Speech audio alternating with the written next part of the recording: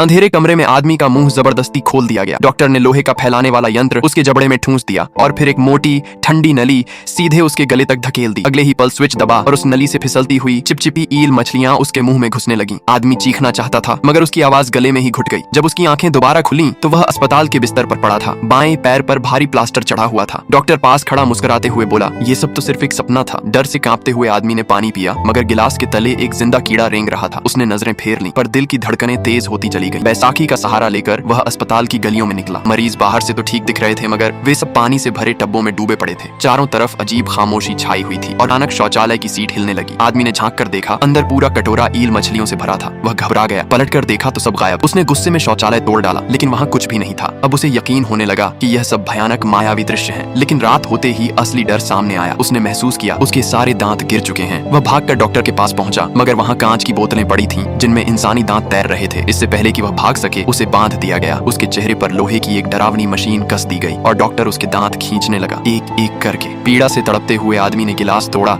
और उसके टुकड़ों से अपने पैर का प्लास्टर काट डाला। खून से लथपथ वह भागकर रेस्टोरेंट पहुंचा। भीड़ के सामने उसने डॉक्टर की असलियत उजागर कर दी। मरीज धीरे धीरे उठने लगे। आदमी को लगा उसने सबको बचा लिया लेकिन नहीं, वे सब उसी की तरफ बढ़े ठंडी आंखों से घूरते हुए और उसे कसकर पकड़ लिया। उसे गाड़ी में बांधकर लोहे के कंटेनर में फेंक दिया गया और वहाँ उसका सामना हुआ उस चीज से जिसे वे कहते हैं ईल थेरेपी।